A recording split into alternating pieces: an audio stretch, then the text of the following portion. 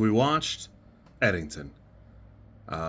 It's Ari Aster's new movie, and at the time of filming, right now, I have seen other Ari Aster movies, but I did not care for Hereditary, and I disliked Midsummer. So, it really is a movie that I just kind of like, well, it's out, people are talking about it, I want to check it out, so I can talk about it.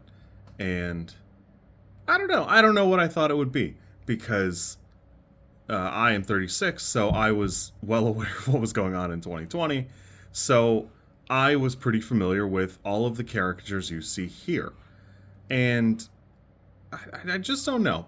Let me just say that the trailer does not adequately prepare you for what you are about to watch. It's topical, and I don't know what you would change, but that does not adequately prepare you for the movie you're going to watch. I was just telling somebody kind of the other day that I kind of miss COVID. Unfortunately, I was what was considered an essential worker, so I didn't get to just go home. I still worked, and it was fine. I missed the traffic because the traffic was such that you straight up just didn't see anybody on the road most of the time, and that was really nice for me. That not that I think that it's really congested here. It's still the Midwest, but it was a little bit nicer, and there was nobody else in the store if I had to run in and grab something, which was those were nice times. I didn't mind masks; it didn't bother me. I didn't really care. Wish I could wear a mask all the time. This movie just has a lot of layers.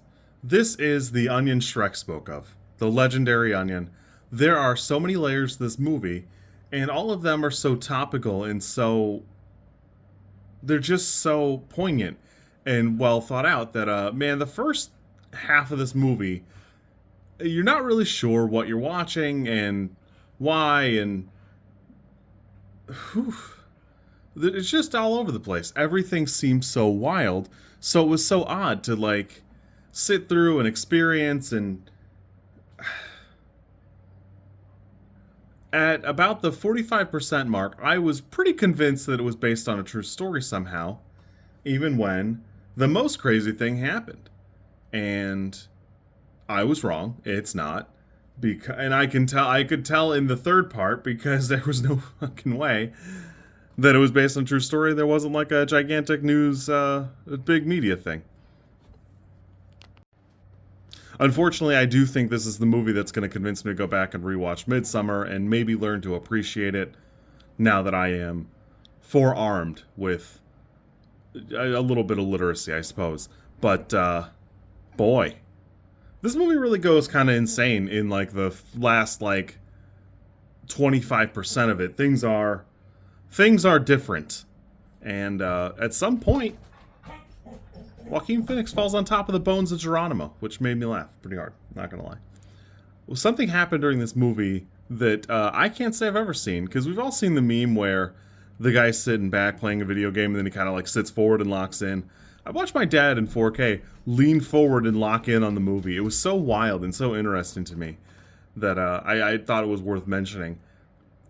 It really was odd. I do kind of agree that like the last third of it seems a little bloated, and tonally the movie is all over the place, but I don't hate the way the tone shifts or the way the narrative changes completely. In every way that matters, we've all met that person that Joaquin Phoenix lives with in his mother-in-law that just constantly just forwards articles and downloads her crazy onto everyone around her, and it's just present. And all that to say, I've never been more excited to see a golden Magikarp. And this movie was definitely like an 8 or a 9 for me. I really had a good time. And while I don't know that I'll ever watch it a second time, this was pretty great. I just don't I don't know, because you could probably trick somebody into watching this movie and get into a fight over the stuff in the movie today. So, while people were tired of talking about it at the time, we were tired of it a couple of years ago, people are tired of it now. That it just is so...